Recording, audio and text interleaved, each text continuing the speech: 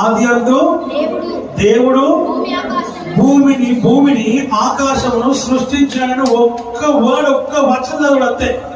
ఎందుకంటే ఈయన రెఫర్ చేస్తున్నాడు, ఈయన పరిశోధిస్తున్నాడు, సర్చ్ చేస్తున్నాడు.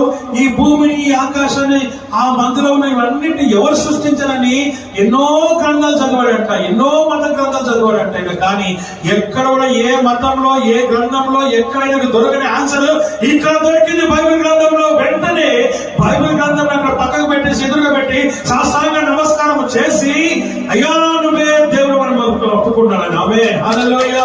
వెంటనే దేవుని నమ్మాడు. నువ్వే నిజమైన దేవుడివి, నువ్వే నిజమైనటువంటి సృష్టికర్తవి, భూమిని ఆకాశంలో సృష్టించిన సృష్టికర్తవు నువ్వే చెప్పేసి వెంటనే చదవడం మొదలు పెట్టినాడు. ప్రేమ దేవుడు మొదటి అధ్యాయంలోనే మొత్తం ఉన్నది. అందులోనే అక్కడ ఏమేమి ఉందో, ఏమేమి జరిగిందో, భూలోకంలో పరలోకంలో ఏముందో అన్నింటినీ ఆయన మనుషులు ఎవరు సృష్టించినారో, జంతువులు ఎలా సృష్టించబడ్డాయో, ఆ మనుషులు ఎలాగా ఆ యొక్క దేవుని యొక్క దేవుని యొక్క ఊపిరిని ఆ యొక్క నాసికాంతరంగా ఊదిగా మనుషులు జీవించు ఆత్మగా మారినాడో తెలుసుకున్నాడో. ప్రేమ దేవుడు వాక్యం చెప్తుంది. వచ్చేసరికల్లా ఈయన స్నానం చేసుకుని తెల్ల బట్టలు వేసుకొని రెడీగా ఉన్నాడు. నిజమైన దేవుడు యేసు క్రీస్తు ప్రభుని వారికి ఉల్టా సాక్ష్యం చెప్పి, మీరు నమ్మిన దేవుడే నిజమైన దేవుడు చెప్పి అందరినీ స్వార్థపడించడం మొదలు పెట్టిన ప్రేమ దేవుడు వ్యక్తి.